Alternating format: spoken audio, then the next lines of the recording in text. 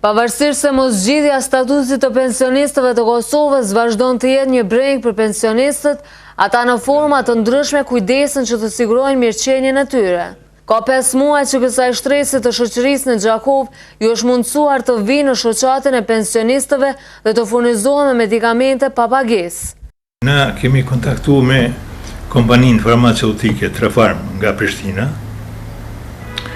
dhe me ata jemi rënë dakord që kanë shprehur dëshirën ata që për çdo muaj të vinë të na vizitojnë këtu dhe të shpërndajnë mbarna pa pagesë dhe të kryejnë shërbimet, kontrollimet mjekësore nga mjeku i aty. Interesimi pensionistëve është shumë i madh. Janë medikamentet më të nevojshme për pensionista, për moshën, për smundjet aktuale që i kanë. Është një shërbim fort i mirë, një shërbim humanitar që i kryen kjo kompani. Edhe do të vazhdojmë me ato që kanë shprehur gatshmërinë që me vazhdua dhe me ato që. Rudi thotë se furnizimi me banat esenciale për pensionist do të vazhdojë në shtator. Datën kur do të caktohet që të vjen mjeku dhe të vinë banat, do ta lajmërojmë përmes televizorit. Të interesuarit ta përcjellin televizorin dhe të paraqiten në fatin e caktuar edhe të na.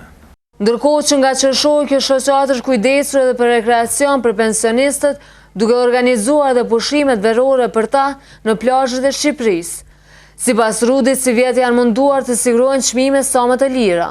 Qëllimi është merr këtu pak a shumë pensionistë, me siguru pak mundësitë për mjekim, ata i kanë kërkesat më të mëdha, i shfrytëzojnë, jo fort për argëtim, këtu kur shkojnë velipojnë pushim në shtator dhe qershor, po për nevoja shëndetësore shumica. Në shtator do të ketë prap grupe pensionistësh të cilët do të shkojnë në Shqipëri. Rudi shpreh se çmimet dhe kushtet do të jenë të njëjtat si ato në shtator.